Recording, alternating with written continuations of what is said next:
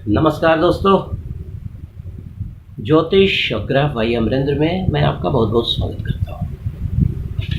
नक्षत्रों के सीरीज में ये मेरा 18वां एपिसोड है, जिसमें एक ऐसे नक्षत्र की चर्चा करूँगा जिसका नाम आते ही जो थोड़े बहुत ज्योतिष के जानकार लोग हैं, थोड़ी सी परेशानियाँ हो जाती हैं। जी हाँ, ये नक्षत्र वैसे ख़राब नहीं होता है, लेकिन लोगों ने बहुत सारी भ्रांतियाँ फैला दी हैं इसके राशि स्वामी के बारे में, इसके नक्षत्र स्वामी के बारे में।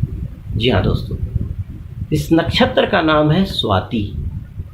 स्वाति नक्षत्र जिसके अधिपति शुक्र होते हैं, लेकिन राशि जो होती है वो तुला राशि होती है। तो अब यहाँ पर जो मैं चर्चा आपसे करूँगा, देखिए यहाँ पर क्या हो गया, तुला राशि हो गया, नक्षत्र हो गया राहु। तो जैसा कहा जाता है, जैसा हम लोग जानते हैं ज्योतिष शास्त्र के अनुसार, वैदिक ज्योतिष, अगर राहु और शुक्र का कॉम्बिनेशन हो जाए कुंडली में कहीं पर भी, तो चंद्रमा और मंगल थोड़े से कमज़ोर हो जाते हैं, उन पे एक प्रभाव पड़ता है।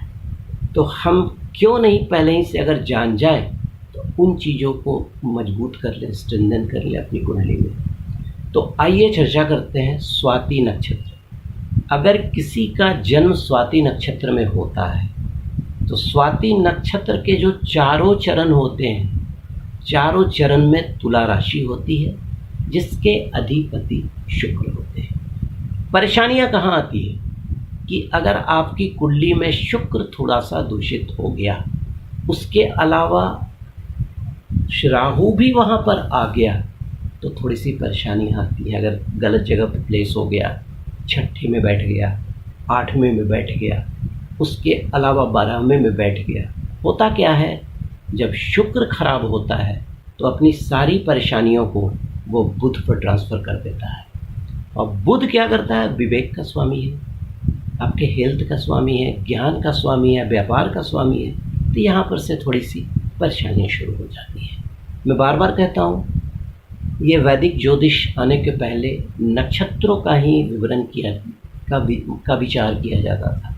नक्षत्र दिवस पहले बोला जाता था। तो नक्षत्र को दोस्तों ओवरलुक न करें, अब नक्षत्र को एम्फसाइज करके अपनी जन्म पत्री का ठीक से विवेचना कराएं, आपके ज़िंदगी के सारे प्रॉब्लम्स दूर हो जाएंगे। और आपके सवालों का जवाब भी मैं दे दे रहा हूँ। अगर नक्षत्र का प्रभाव नहीं होता तो किसी का जन्म अगर गणमूल नक्षत्र में होता है तो आप उसकी पूजा क्यों करवाते हैं, छोड़ दीजिए, क्यों करवाते हैं। अगर किसी की जन्म पत्री में 9 ग्रहों में अगर 5 या 6 ग्रह गणमूल नक्षत्र में आ गए तो उस आदमी या उस जातक का या तो सब कुछ बहुत अच्छा होगा, नहीं तो प्रॉब्लम आएगा, अचानक विस्फोट होगा। तो हमारे पास जितनी भी कुंडलियाँ आती हैं, मैं नक्षत्रों का भी विवेचना करता हूँ, डिस्कशन करता हूँ सामने वाले से। मैंने बहुत सारी ऐसी कुंडलियाँ देखी जिसमें 5-5, 6-6 ग्रह गणमूल नक्षत्र में थे। उन लोगों ने उसका उपचार नहीं किया, उसका जो और भी जो मेज़र होता है वो दिक्कत आई, उनको दिक्कत आई। तो मेरा अपना ये केस स्टडी है, मैं उस पर अध्ययन करता हूँ। तो चलिए आगे बढ़ता हूँ। पहले मैं स्वाति नक्षत्र पे बात कर लूँ। तो जैसा मैंने आपसे कहा कि अगर स्वाति नक्षत्र में आपका जन्म हुआ है तो चारों चरण में स्वाति नक्षत्र का जो स्वामी होता है वो राशि स्वामी जो होगा तुला होगा, और नक्षत्र स्वामी जो है वो राहु होगा। और ये जो तुला राशि होती है ये 6 डिग्री 40 मिनट से लेकर 20 डिग्री तक होती है, ठीक है। अब देखिए, अगर आपका जन्म स्वाति नक्षत्र में हुआ है तो किन चीज़ों को प्रभावित कर सकता है, आपके अंग में आपको आपका जो स्किन है उसको प्रभावित कर सकता है। उसके अलावा आपका स्प्लीन, लिवर, उसको प्रभावित कर सकता है। उसके अलावा जो यूरिट्रा होता है, मूत्रण, उसको प्रभावित कर सकता है। उसके अलावा यूरिनरी ट्रैक्ट इन्फेक्शन की संभावनाएं बढ़ाता है। हर्निया का प्रॉब्लम्स हो सकता है, अपेंडिक्स का प्रॉब्लम हो सकता है। मतलब इन चीज़ों का रिप्रेजेंटेशन होता है स्वाति नक्षत्र का। किस तरह के रोग आपको परेशान कर सकते हैं अगर आपका जन्म स्वाति नक्षत्र में हुआ है। तो देखिए, आपका जन्म अगर हुआ है तो आपको यूरिनरी ट्रैक्ट इन्फेक्शन परेशान कर सकता है। आपका जो यूरिनरी ट्रैक्ट होगा उसमें कुछ मतलब डेब्रीज, उसमें समझ स्टोन वगैरह उसका फॉर्मेशन हो सकता है। उसके अलावा स्किन का डिजीज आपको परेशान कर सकता है। लेप्रोटिक इफेक्ट भी एक हो सकता है। वो एक होता है ल्यूकोडर्मा जिसको हम लोग बोलते हैं वाइट वाइट दाग, मतलब वो वाइट कलर का दाग हो जाता है, श्वेत दाग बोलते हैं। उसकी भी संभावनाएं परेशानियां हो सकती हैं, ठीक है। उसके अलावा किडनी का प्रॉब्लम हो सकता है, आपको लीवर का प्रॉब्लम हो सकता है। इन चीज़ों से आपको बच के रहना है, क्योंकि देखिए स्वाति नक्षत्र जो है यहाँ पर शुक्र और राहु का कॉम्बिनेशन हो गया। मैंने आपसे चर्चा किया मंगल और चंद्रमा कमज़ोर हो जाते हैं। अगर आपकी जन्म पत्री में मंगल और चंद्रमा सचमुच में कमज़ोर हैं तो इस नक्षत्र में जन्म लेने वाले के लिए थोड़ी सी परेशानियाँ बढ़ जाती हैं। आप किसी भी ज्योतिष्य दिखाकर उसके अनुसार स्टोन वगैरह पूजा पाठ जो भी है करवा लीजिएगा। बस अब आइए आगे बढ़ते हैं। लेकिन इस नक्षत्र में जन्म लेने वाले लोग काफ़ी ईमानदार होते हैं, काफ़ी सौम्य होते हैं, नम्र होते हैं, बहुत जिडसस होते हैं। दिल बहुत बड़ा होता है। अपने पास 100 रुपया है तो 90 रुपया भी देने में भी वो परहेज नहीं करेंगे। ईकन डिस्बस ही और शीकन बहुत इंटेलिजेंट होते हैं, इसमें कोई शक नहीं। मधुर व्यवहार सबसे रखने वाले होते हैं। सहानुभूति जो होती है उनमें अंदर में कूट कूट कर भरी होती है और समायोजन प्रिय होते हैं। उनको हमेशा इस तरह का प्रॉब्लम रहता है कि मुझे किसी ने मतलब वो जो पैरानॉर्मल फोर्सेस है या भूत प्रेत इस तरह का भी थोड़ा सा उनको भ्रम रहता है।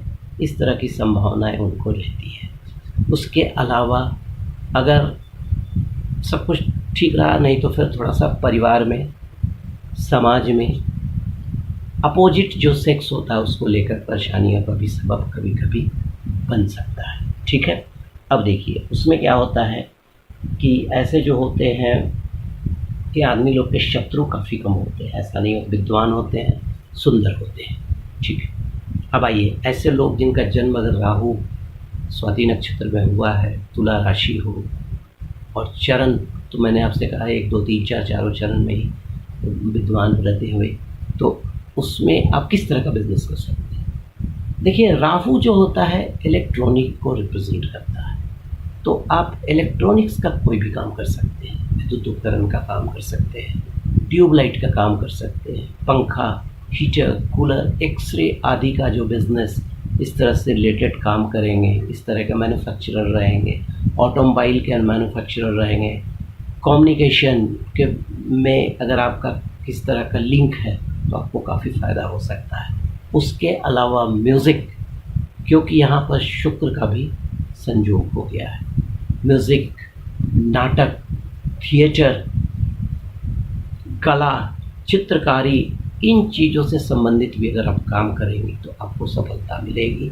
उसके अलावा आजकल जो फैशन चला हुआ है वेब डिज़ाइनर का, वो काम आप कर सकते हैं। उसके अलावा जो इवेंट मैनेजरशिप है वो काम भी आप कर सकते हैं। अच्छे जुडिशियरी सर्विस में जाने के बाद अच्छा पद आप प्राप्त कर सकते हैं। अच्छे जज हो सकते हैं आप, अच्छे पोएट हो सकते हैं, और you can be very good announcer, dancer बहुत अच्छे आप हो सकते हैं, इसमें कोई शक नहीं।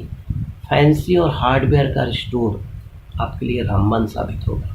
उसको चलना ही चलना है, ना चलने का सवाल नहीं है। फैंसी हार्डवेयर का मैन्युफैक्चरर भी आप हो सकते हैं।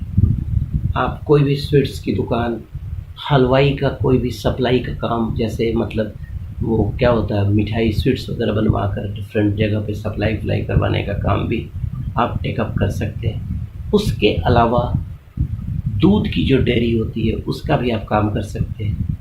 लेदर की इंडस्ट्री से आप जुड़ सकते हैं। उसके अलावा मेड का काम भी आप कर सकते हैं। फोटोग्राफी का भी काम आप कर सकते हैं। रेडीमेड गारमेंट्स उसका भी आप काम कर सकते हैं। उसके अलावा इत्र, सेंट, जो कॉस्मेटिक की चीज़ें होती हैं, प्लास्टिक और क्या बोलते हैं उसको, कांच, उसके मैन्युफैक्चरर आप हो सकते हैं। तो दोस्तों अगर आपका जन्म स्वाति नक्षत्र में हुआ है और आपकी राशि तुला है, अगर आप इन चीज़ों से जुड़ते हैं अपने राशि के अनुसार, अपने नक्षत्रों के अनुसार, अपने जन्म पत्री के अनुसार, तो ये आपको एक सुगम रास्ता प्रोवाइड करेगा। तो दोस्तों, स्वाति नक्षत्र पर आज के लिए इतना ही। नमस्कार। अगर मेरा वीडियो पसंद आया तो सब्सक्राइब बटन दबाएंगे और बेल आइकॉन भी दबाना ना भूलिएगा कि so that I could provide you when my new video arrives. Thank you very much once again.